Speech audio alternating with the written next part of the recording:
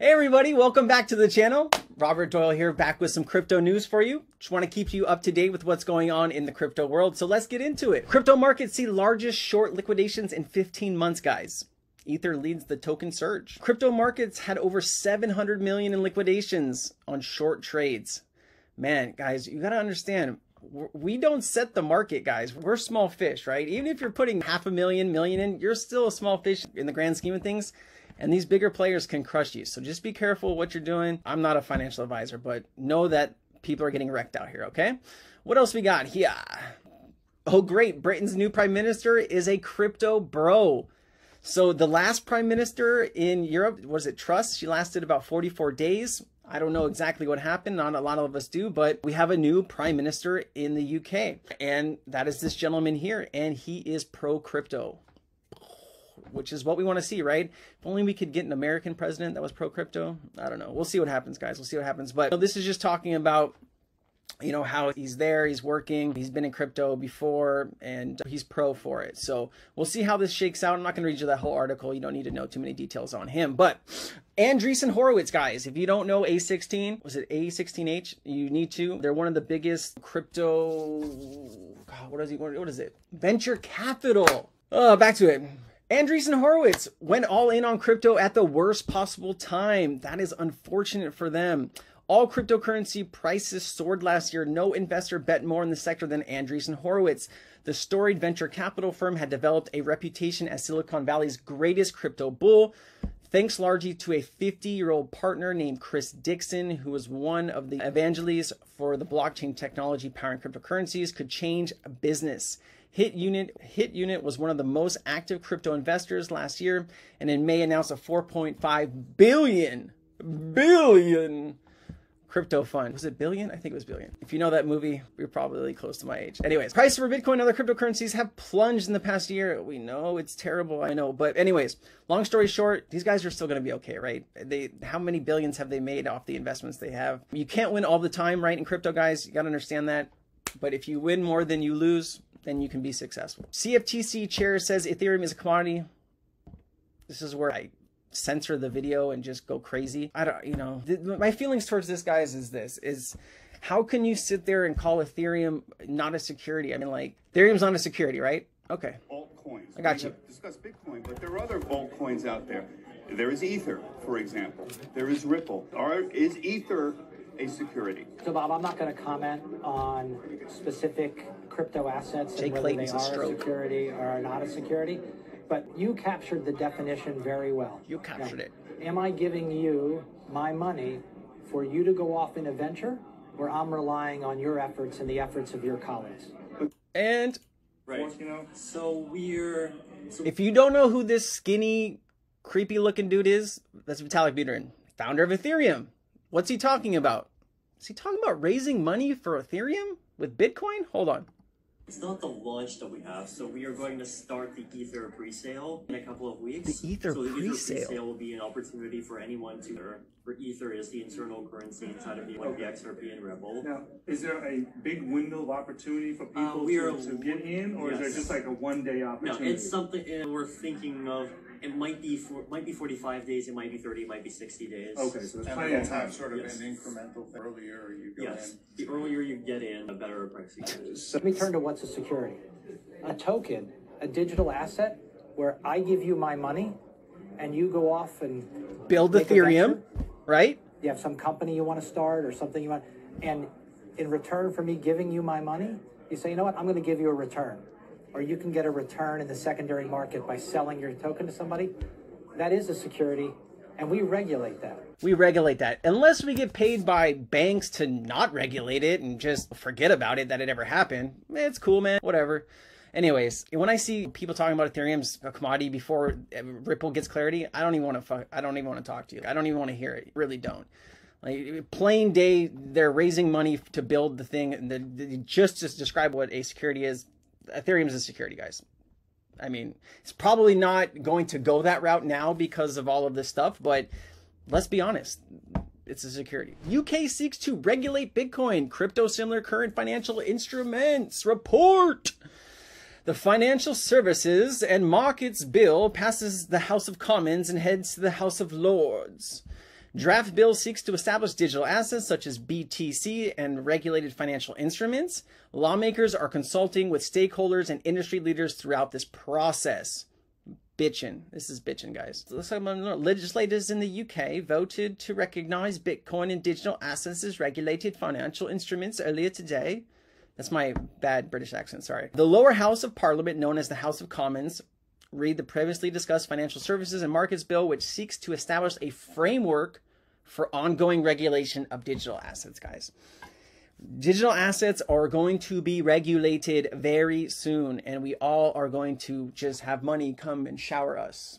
If you hold the right tokens, right? It's all holding the right stuff. I got some US stuff here, guys. Typical US households spending another $445 a month due to inflation, whether that's gas prices, heating bills, groceries. We're all getting beat up here, guys. It's 8.2% back in September. We'll have the October numbers probably next week sometime and see what it comes out. It's not looking good, guys.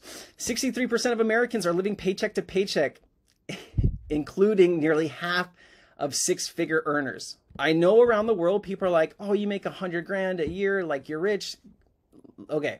So if you make 100 grand a year and you live in like Kansas in the middle of nowhere on a farm, yeah, you're making money.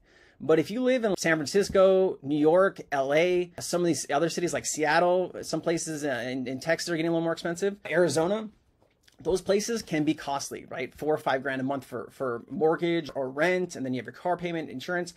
100 grand is, I can spend 100 grand quickly. Just understand that people are feeling it around the world. And if Americans making 100 grand a year living paycheck to paycheck is a problem, guys. It's a huge systemic problem. It forces half of Americans to consider second jobs, right? It's sad to see, guys. It really is sad to see. A lot of businesses are laying off workers, and it's just not good, guys. I just wanted to read this. This is from September last month, but legendary investor Stanley Druckenmiller warns there might be a high probability stock market will be flat for an entire decade. That would hurt the crypto industry, right? Because people usually in tech stocks, they take profits and they dump it into crypto. I do think crypto as a whole is going to take off by itself though, and it won't rely such on other markets. As soon as regulation comes through, then the banks and corporations will be buying in hard. The global economy faces a dangerous and volatile environment that could create financial stability. Janet Yellen says. I wish they would replace Janet Yellen with the second guy in charge. What is his name? Wally Adeyemo or whatever?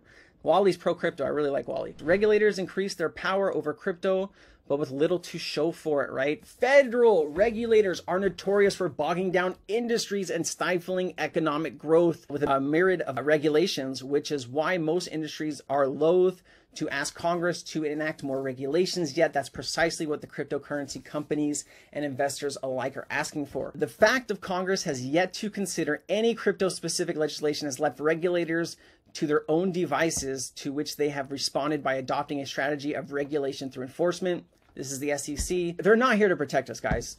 Flat out. Right? They're to get money from banks. They're there to protect those type of clients. They're really not here to protect me and you, right? Because we've been dicked around here for what, 2 years now?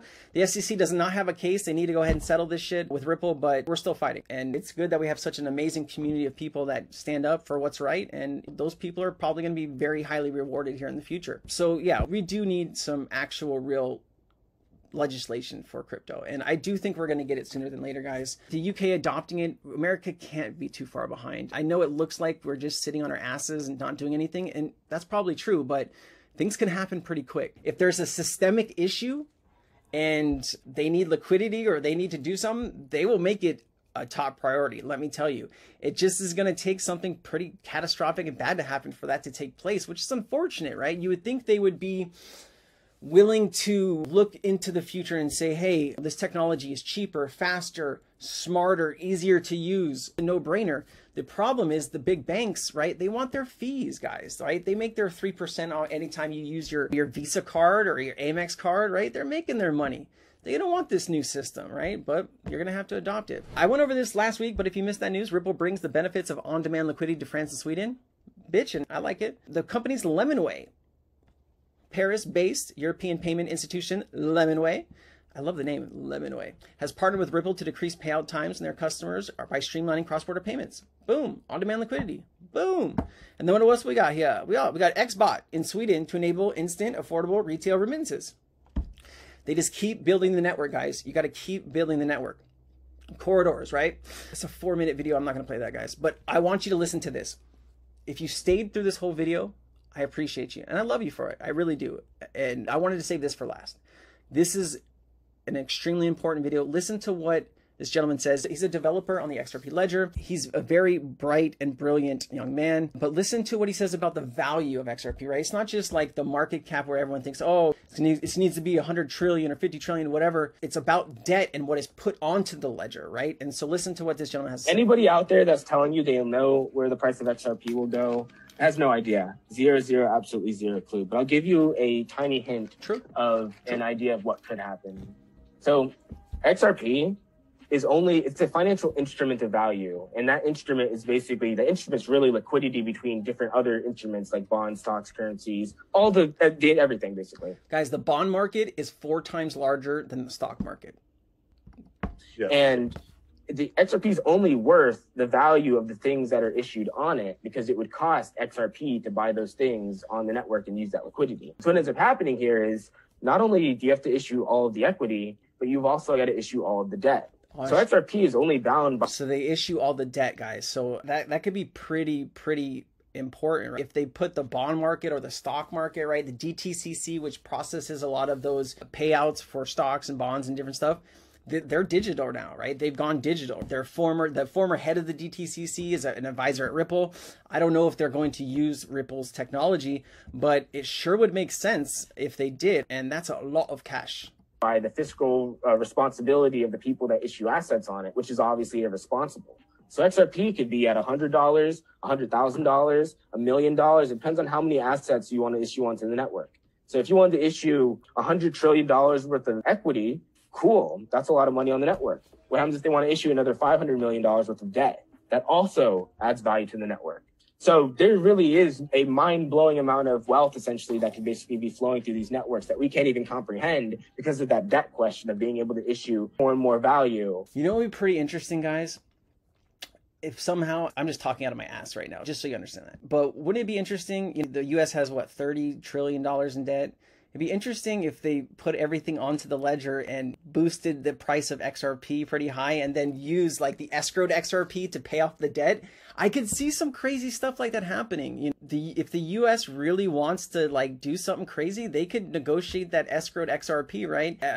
Could they eminent domain it where just they could take it? They could consider it systemically important and take it? I don't know. XRP has the greatest utility out there right now, right? XTC, XLM has got great technologies similar to Ripple, great partnerships, good management. These are really the projects that are going to reshape the way money moves around the planet. And the more you can learn about them and the more you can understand them, the better you're going to, because this is the new system that's coming in. You're learning about it here with me, and I appreciate you for that. This is not financial advice, guys. This is just me documenting my journey through crypto. If you want to go ahead and leave a comment, a like, a hug, whatever it is, I'd appreciate it. Thank you so much, guys. Have a wonderful day. I'll see you next time. Peace.